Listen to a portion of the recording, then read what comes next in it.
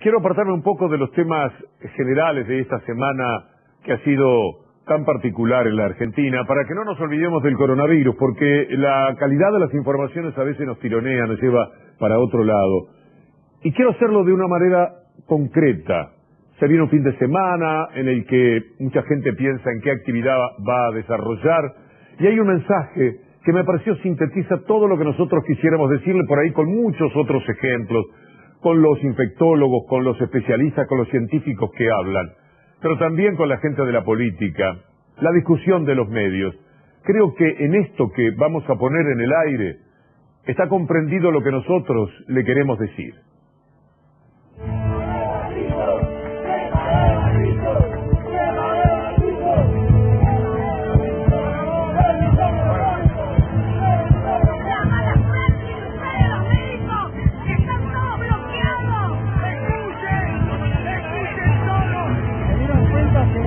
De San Martín de los Andes ya no hay cuarentena.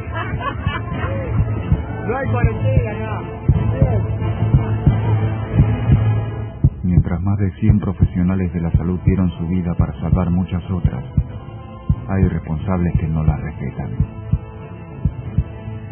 Más de 10.000 argentinas y argentinos perdieron su vida. No son números, son personas. ¿Qué más estamos esperando para actuar con responsabilidad? Muchas gracias a equipos de difusión por este mensaje que nos viene muy bien para, de una manera breve, referir también al coronavirus en una semana en la que hay tanto para hablar. En nuestro equipo, aquí está comandado por Emiliano D'Urso en la cámara, muchísimas gracias.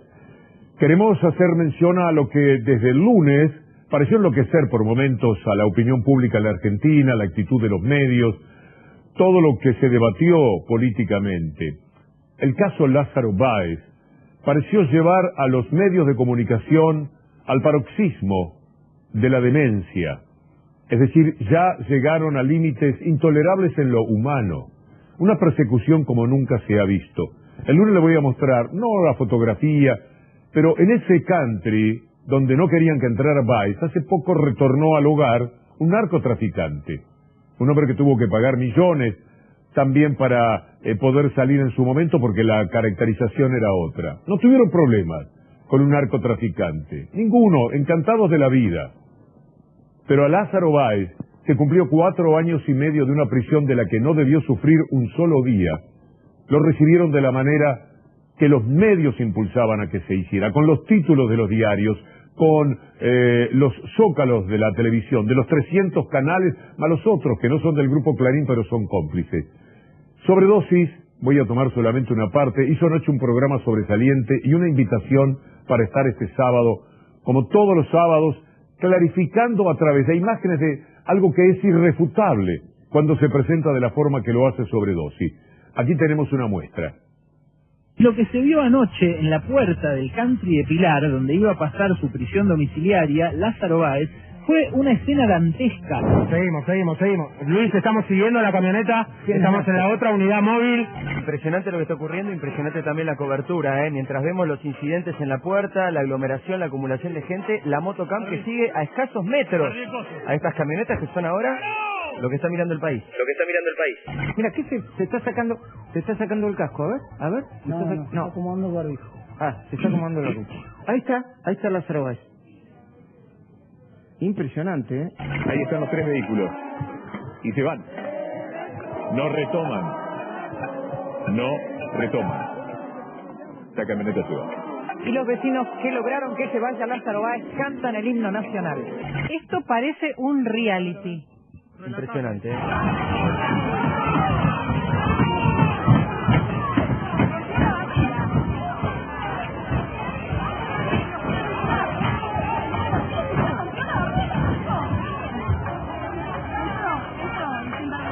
¿Qué opina sobre la reacción de los vecinos ayer en Aires del Pilar? Es fantástico lo de ayer. Lo han hecho de manera bastante pacífica, absolutamente pacífica.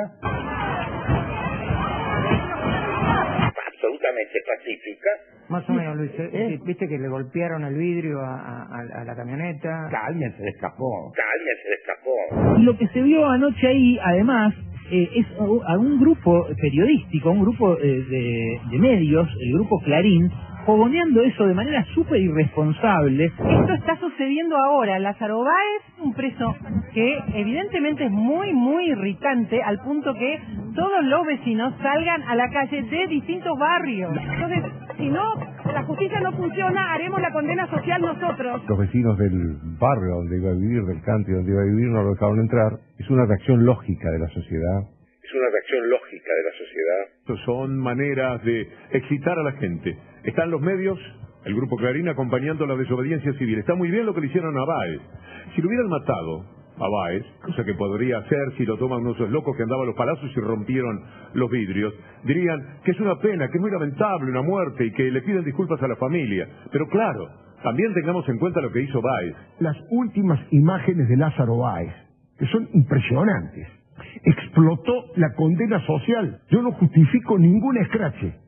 No estoy a favor ni fomento ninguna justicia por mano propia. Pero no es gratis. Pero claro, también tengamos en cuenta lo que hizo Báez. Provocan al ciudadano común. Provocan para que se reaccione como lo hizo anoche. Le mojan la oreja al ciudadano. La semana también tuvo el componente de lo que la policía hizo para pedir más salarios en principio. Desbordes que mejor poner en el olvido. De todas maneras, yo quiero sintetizar lo que ocurrió con dos imágenes que muestran claramente cómo la policía, y esto tiene que invitarlos a reflexionar ahora que lograron el objetivo y lo merecían en cuanto a la calidad del pedido que hacían por el salario. Una es la imagen de ellos, de muchos policías rodeando nada menos que la Quinta de Olivos. Un acto tan irrespetuoso para la República y para la democracia que tiene que abochornarlos para siempre. Tienen que saber que esa no es una policía que uno pueda amar, respetar, considerar, de ninguna manera. Y miren esta otra imagen de lo que ha sido el comportamiento de la policía con el gobierno anterior, con el gobierno de la derecha. Muy firmes, muy derechitos, muy contentos, no le dieron nada. Ellos mismos reconocen que ya con el gobierno de María Eugenia Vidal venían muy derrotados, que no tuvieron aumento, perdieron el 33, más el 8 que perdieron este año en un año de pandemia. Y a este gobierno le hacen eso porque es un gobierno progresista y con el otro son los mejores alumnos, podría decirse, del comportamiento ciudadano. Eso sí que no está bien. Y eso es lo que tienen que revisar como conducta, como manera incluso de mirar la vida, porque eso se traslada luego a los comportamientos que tienen con los otros trabajadores, cuando van, los reprimen, pegan, etcétera. Acuérdense de lo que han proclamado estos días, que son trabajadores. Todas las veces que tengan que ir contra los trabajadores, porque contra ustedes no podía ir absolutamente nadie. Hay que recordar esas imágenes. Pero todo nos llevó al traspaso. El traspaso del que acaba de hablar el ministro de Pedro. Un traspaso que se resume simplemente en una discusión que pretende ir a la justicia para conseguir todo el apoyo del periodismo y soñar con que esa corte desnorteada pudiera darle la razón haciendo una especie de prevaricato jurídico. Será muy difícil que eso ocurra, porque lo dijo bien el ministro. Lo que ahora protestan es lo que antes quitaron. Un decreto ahora va contra el decreto que había permitido que los dineros de la provincia se volcaran a la ciudad, lo cual hace que sea irreflexiva la actitud de la Larreto a la que vamos a ir. Pero antes, escuchemos a Máximo Kirchner en una nota magnífica de Marcelo Figueras, tan conocido también ayer en Radio Provincia. Es que de repente se nos levantamos, vamos a hacer esto, se nos ocurrió. Tenemos una mirada muy clara. Cómo Macri aumentó la coparticipación a la ciudad de Buenos Aires, le dio más a la ciudad más rica, la metáfora perfecta de cómo entendía las cosas Juntos por el Cambio, en particular Macri, darle más al que tenía más.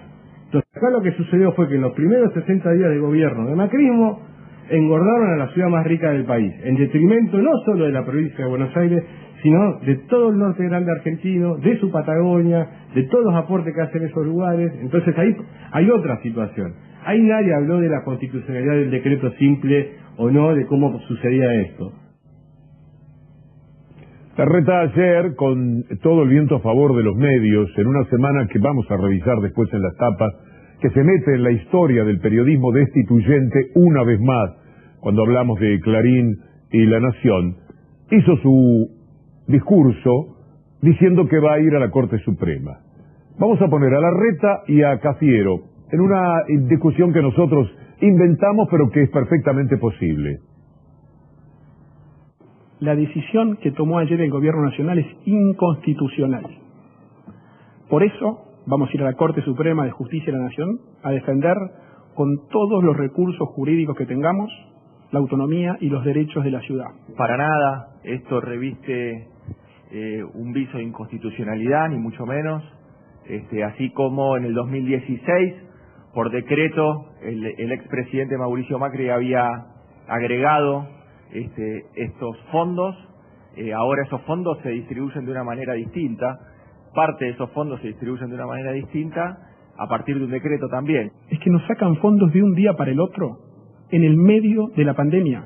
Fue desmedido esos recursos que se dieron, hicimos una evaluación de los recursos necesarios para que los policías de la ciudad sigan teniendo los recursos que les corresponden, y eso va a seguir estando y eso va a seguir existiendo. Lo que importa siempre es argumentar, la calidad del argumento que se le entrega. Vamos a utilizar expresiones de María Eugenia Vidal, en el momento en que discutía con Macri justamente por estas cosas, porque a ella no le estaba haciendo bien y entendía que era porque le faltaba dinero. Y puede ser. Mire lo que decía un diario el 21 de octubre del 2018. En el título estaba hablándose de una especie de ruptura, estaban mal, estaban muy complicados y discutían por esto, porque María Eugenia Vidal pretendía ir a la Corte Suprema por el tema de IVA y ganancia, que es el dinero que está en discusión. Ese es el dinero coparticipable, que va una buena parte a la nación y otra parte a todas las provincias, se distribuye entre ellas. En determinados momentos a Macri se le ocurrió darle más del doble a la ciudad de Buenos Aires, quitándoselo a la provincia. Escúchela a la propia Vidal.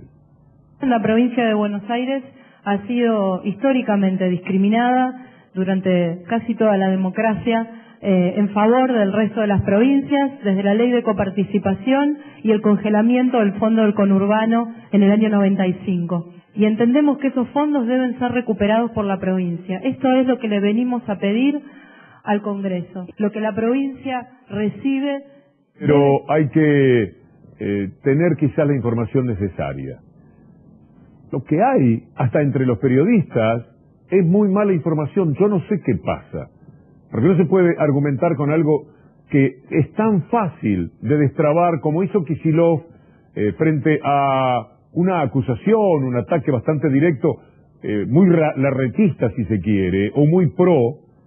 Pero mire qué fácil lo hizo Kicillof.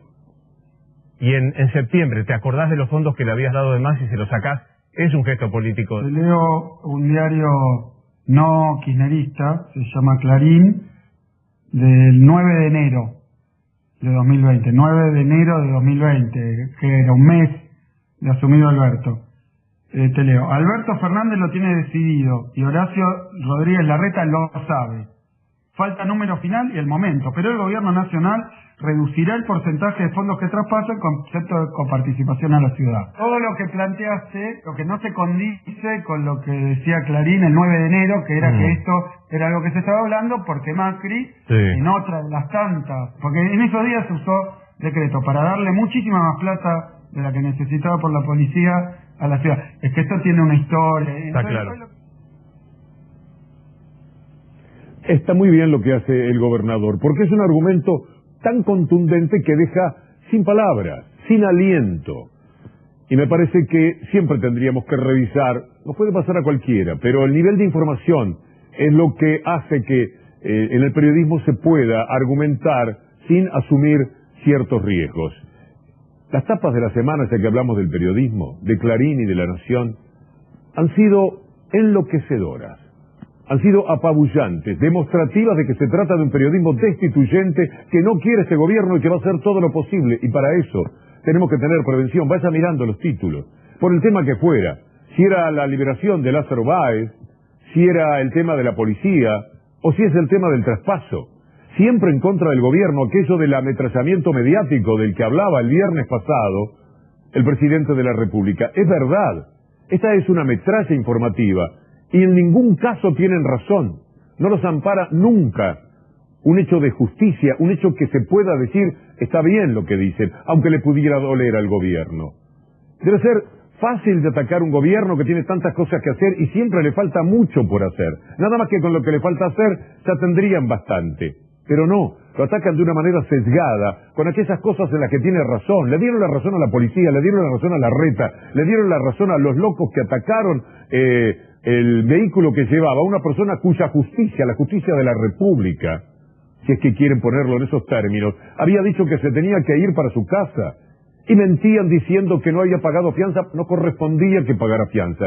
Ha sido una semana demostrativa que lo mañeto del periodismo de la Argentina nos está haciendo mucho daño. Quieren destituir, juegan para eso. Y mire, lo han hecho toda la vida, pero ahora se nota como nunca. Hoy es un día en el que recordamos siempre cómo lo depusieron a Allende. Lo va a escuchar Allende hablando del Mercurio, que es 1000 veces menos que Clarín en cuanto al poderío que tiene, porque era un diario nada más, con influencia, marcar la agenda.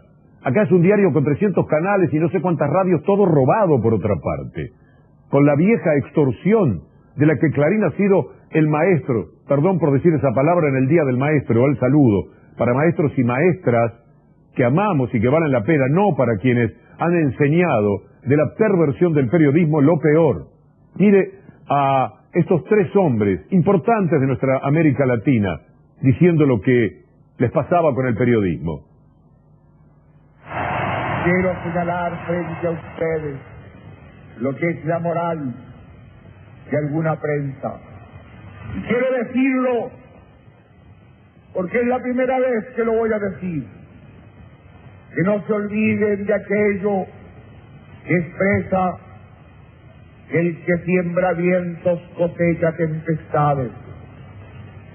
Que lo tengan en cuenta, que no insistan, como insiste el Mercurio hoy día, en una actitud antinacional, antidemocrática. Yo les pido que lean el Clarín, que se especializa en titular de manera decidida, como si realmente quisiera hacerle creer la fe y la esperanza al pueblo argentino. Clarín, habla con la verdad, decide la verdad a los argentinos. ¿Qué te pasa, Clarín?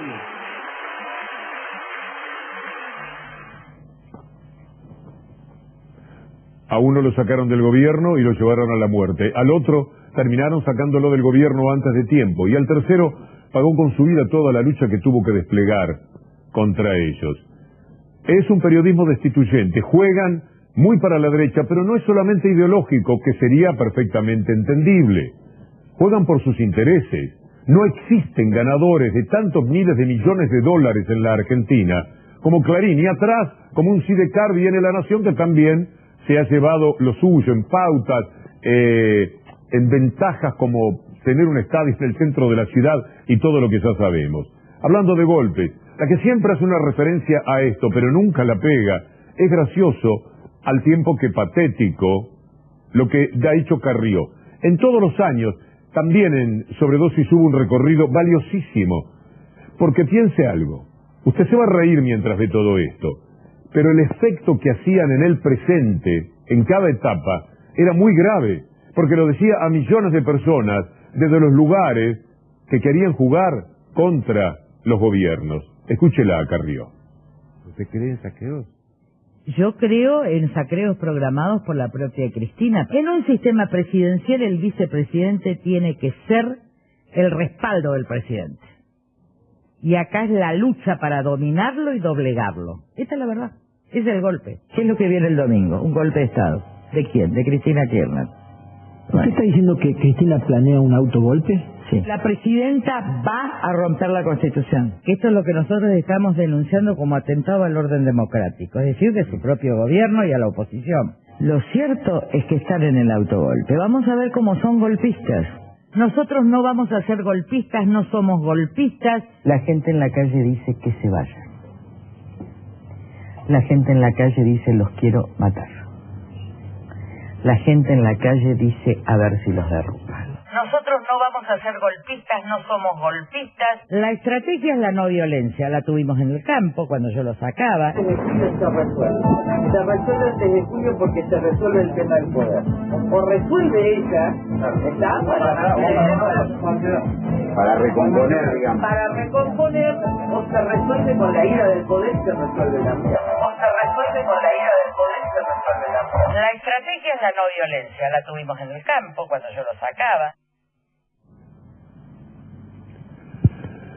Hay maneras también de avanzar hacia esa forma destituyente de los gobiernos. La justicia, la injusticia, la pésima que hemos tenido en estos años en Comodoro Pi, la justicia federal.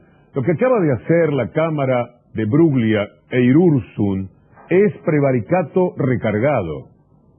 Le quitan razón al juez Canicova Corral en una de las muy buenas cosas que había hecho Canicova en la investigación del tema de los peajes. Está todo tan a la vista. ¿Qué dijo la Cámara de Bruglia e Irurzun? Con un mensaje, como bien señalaba Dugan hace un rato, un metamensaje a toda la sociedad. Nosotros jugamos de esta manera, de este lado, y no nos importa lo que digan. Ya no nos importa nada, el derecho ni nada. Es una lucha de poder. Y mientras estamos aquí, vamos a jugar de esta manera, traicionando el derecho como lo que hemos venido haciendo durante todos estos años. El fallo ahora tendrá que ser analizado por Ercolini, jugador del sistema, pero es tan bochornoso que vamos a ver a qué se anima Ercolini. El argumento de Bruglia y Bertuzzi es que no pudieron ver, Iguacel, Dietrich, etcétera, una prueba, que no tuvieron suficiente acceso a una prueba.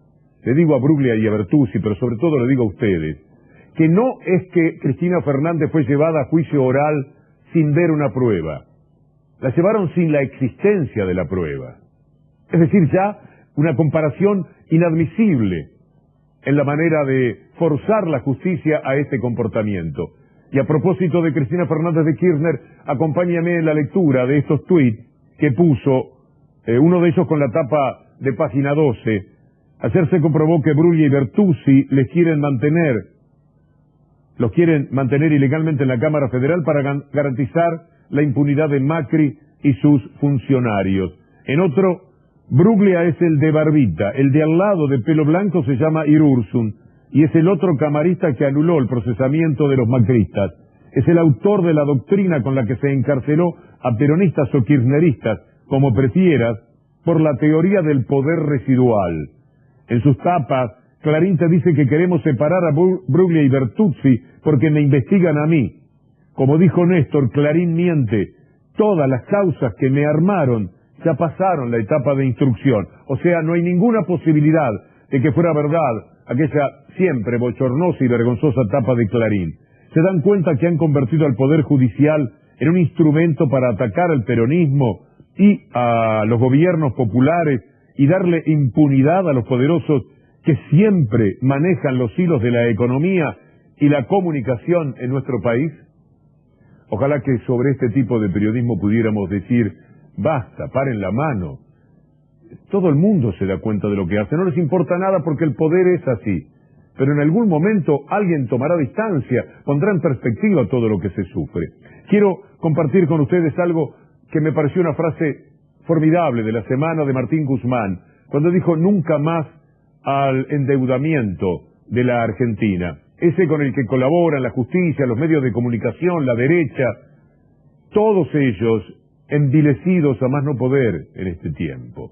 Esa frase de Guzmán es muy buena. Pero mire lo que le pasó a Guzmán. Es una especie de héroe económico que arregló la situación de la Argentina en un 99%. Nunca visto. Mire una tapa de Clarín. Para seguir haciendo reflexionar en nuestra batalla cultural sobre con qué hay que luchar. El 99% arreglado por un joven economista de menos de 40 años.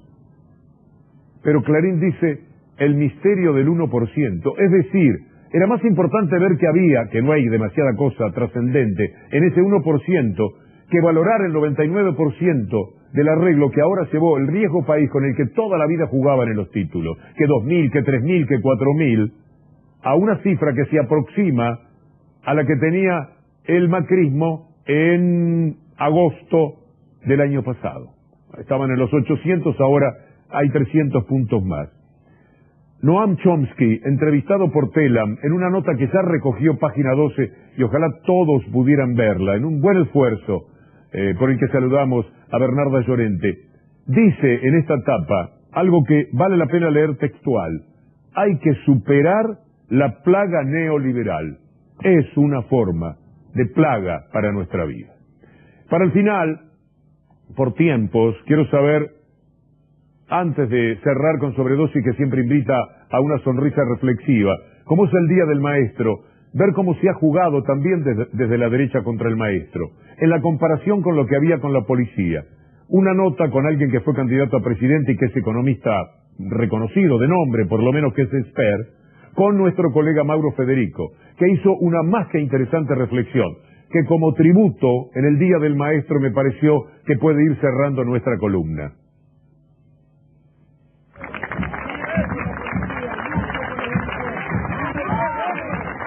El reclamo de la policía lo consideramos válido, ganan una miseria. Lo que el gobierno podría hacer bajando impuestos en lugar de aumentar el gasto público. Este no es el momento, señor Alberto Fernández, para aumentar el gasto público. El reclamo de la policía lo consideramos válido, ganan una miseria. ¿Entendés el contrasentido? Cuando los docentes hacen un paro, y desde muchos sectores que hoy apoyan el paro de los policías, se los cuestiona. Yo creo que la educación debería ser sancionada como un servicio público esencial e impedir el paro de estas características. ¿Por qué no hay una misma actitud respecto del docente que respecto del policía? Nunca te escuché reivindicar un paro docente, por eso me llama la atención que reivindiques el paro de un trabajador estatal. No, ¿cómo que no? Con lo central que es la educación en un país, el derecho del gobierno a la educación debería ser limitado de manera muy severa. Nunca te escuché reivindicar un paro docente. No, ¿cómo que no? El derecho del gobierno a la educación debería ser limitado de manera muy severa. Por un lado, qué bien Mauro Federico. Por otro lado, qué claro que queda el juego. Es muy de derecha el mensaje. Si son los maestros, servicios esenciales, como quiere Trump en los Estados Unidos, que tenía una huelga en el día de ayer. Servicios esenciales, que se arreglen. ¿Qué están pidiendo? ¿Qué vienen a reclamar? El Estado no puede atenderlos. En cambio, si es la policía, tienen el derecho a todas las reivindicaciones que sean posibles. Una cosa no debería invalidar la otra. Todos tendrían que estar un poco mejor. Pero los que nos enseñan a leer y a escribir, y los que hacen enormes sacrificios para prepararnos para la vida, también tienen el mismo derecho que aquellos que defienden la vida. Los reencontramos el lunes, Pablo Dugan, después Daniela Ballester y mi querido gallego Antonio Fernández Llorente con un programón. Cada viernes me quedo prendido para seguir con ellos. Julián Capazo, Anabela Sánchez, Leandro Gabriele, muchas gracias por acompañarnos. No se puede hacer esto sin ellos. Amigos, hasta el lunes si Dios quiere.